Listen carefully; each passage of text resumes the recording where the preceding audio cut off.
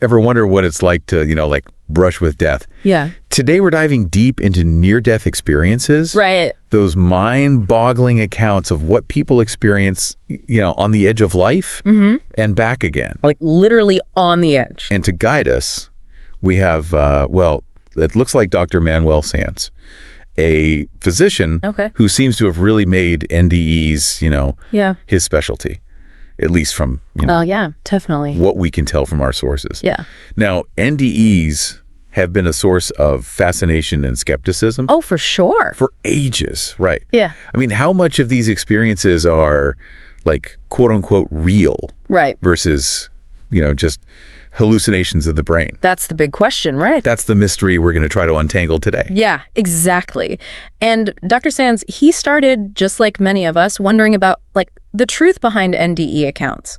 So he did what any of us who are really curious would do. He went straight to the experts, psychiatrists, psychologists, the whole gamut, neurophysiologists, wow. All those folks who could really shed light on how our brains work, especially in, really extreme situations. Yeah, makes sense. I mean, you want to get those different perspectives. Totally. I'm guessing the initial response from the scientific community was probably something along the lines of, oh, yeah. Oh, it's just a dying brain, playing tricks. Yeah, the common explanation is that, when the brain is deprived of oxygen, or under immense stress, it can produce, hallucinations, visions, intense emotions, all that. It's like a natural response almost.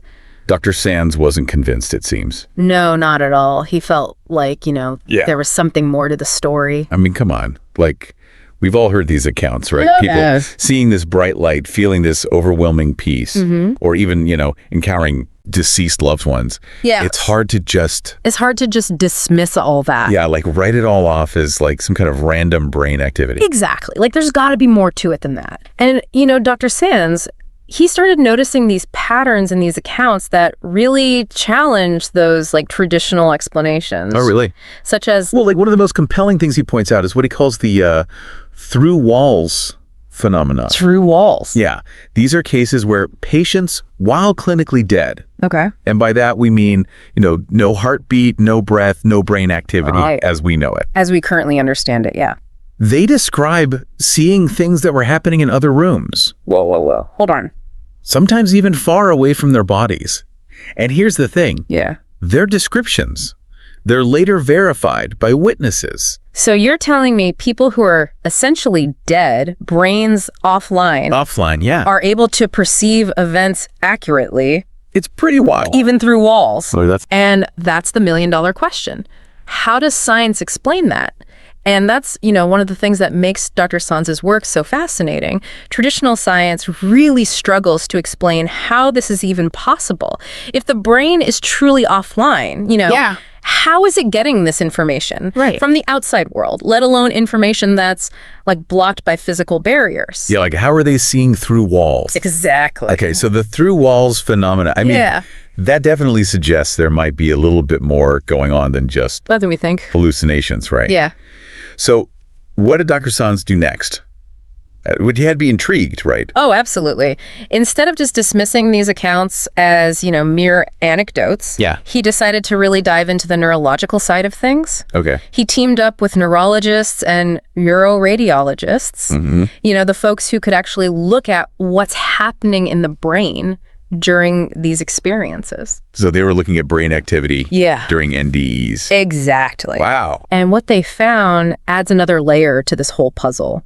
They made 3 key observations that really challenge our understanding of how the brain works, especially in these really extreme situations. Okay, I'm all ears. Yeah. What were those 3 key observations? All right, so the first thing they noticed was, a surge of activity in the prefrontal cortex when people recounted their NDEs. Okay, now remind me, the prefrontal cortex, what does that do again? So that's the part of our brain that's responsible for, higher level thinking, logic, decision-making, planning, all the stuff that makes us human, really. So it's not just random neural firing, exactly. There's structure to it. It's a structured, organized process happening in the brain when people are reliving, these experiences. And, it's consistent. That's really interesting. Across many different NDE accounts, regardless of the person's background or beliefs. So it really suggests that these experiences aren't just random hallucinations, but have this certain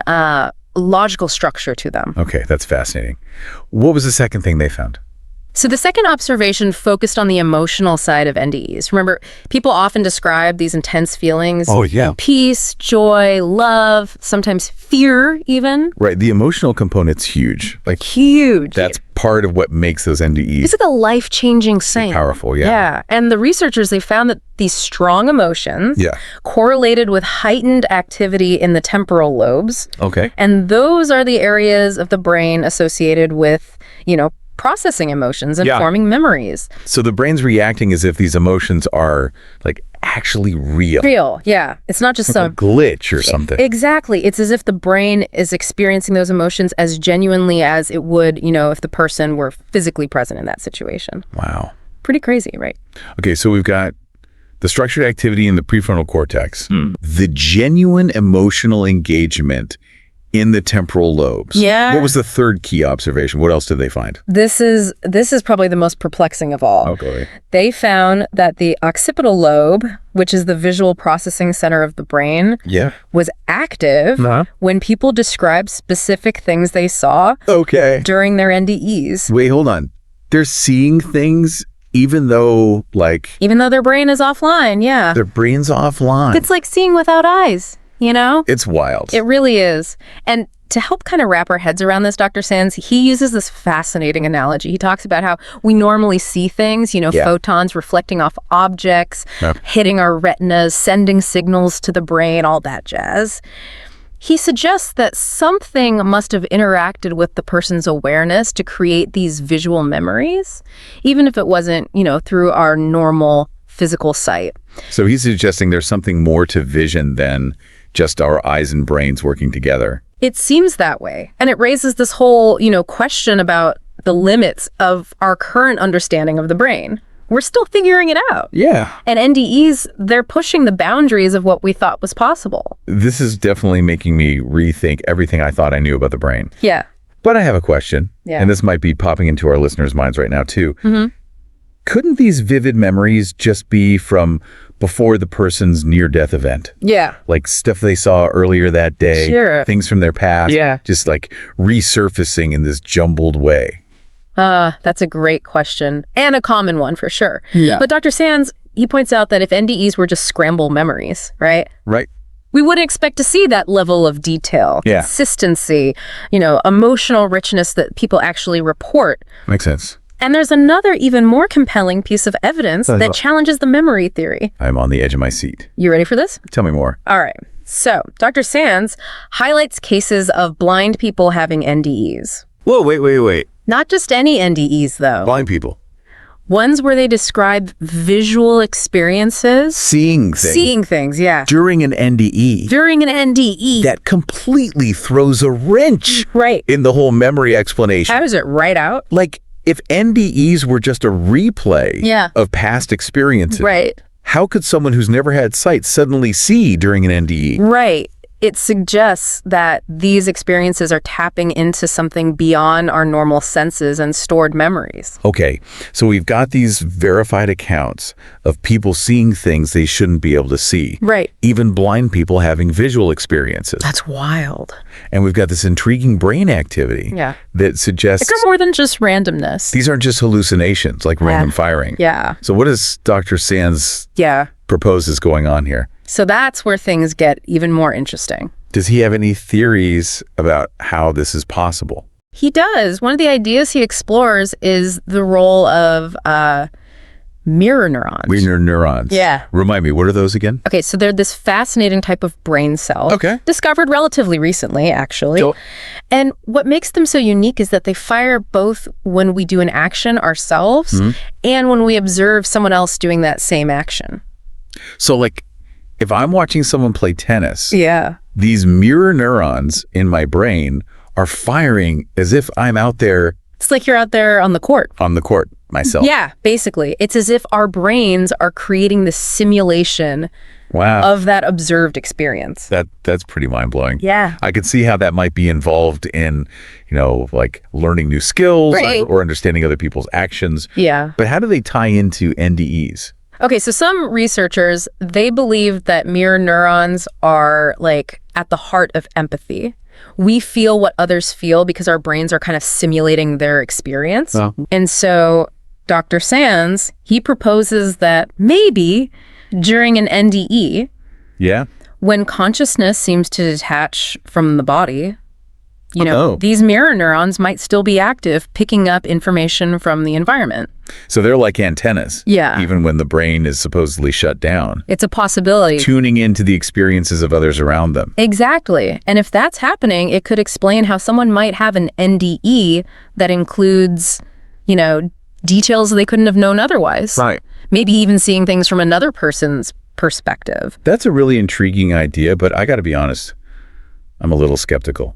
Like, is there any evidence to back this up? Yeah, I mean... How do we know? That's a fair point. Those mirror neurons are doing anything. Yeah. During an NDE. We're really at the frontier here, and there's still so much we just don't know about how they work, especially in these extreme situations. Sure. But, Dr. Sanz's hypothesis, it opens up some fascinating possibilities. He's not saying he has proof. Yeah. But he's suggesting a new way of looking at it all. I appreciate that. Right. He's not presenting it as, like, this is it, this is the answer. Yeah, exactly. It's more like, here's a piece. Here's a piece. Of the puzzle. Let's see how it fits. Yeah, and I think that's the mark of, good science. Always questioning, always looking for new ways to understand things. Absolutely. Yeah. And I think that's what makes Dr. Sanz's work so valuable. Totally. He's not afraid to ask those big questions and explore unconventional ideas. Absolutely. And he's challenging us to rethink what we thought we knew about the brain, consciousness, and like the nature of reality itself. Yeah, the big stuff. Okay, so we've delved into these really intriguing possibilities. Yeah. But let's step back for a second. Okay. And look at like the bigger picture. Yeah. What are the key takeaways from Dr. Sanz's, deep dive into NDEs? Right. Like, if I were to explain that to a friend, what are the main points I should highlight? I think the biggest takeaway is that Dr. Sanz's work challenges that simple, either thinking about NDEs, it's not just a choice between real or hallucination. Right. There's more to it. There's a more nuanced picture emerging. Exactly. Okay. And that nuance, it comes from looking at that neurological evidence alongside, those personal accounts. Something undeniable is happening, Right. We have people experiencing things that defy our current scientific understanding. Yeah. And their brains are showing us these patterns that suggest these experiences are more than just like random firings of neurons.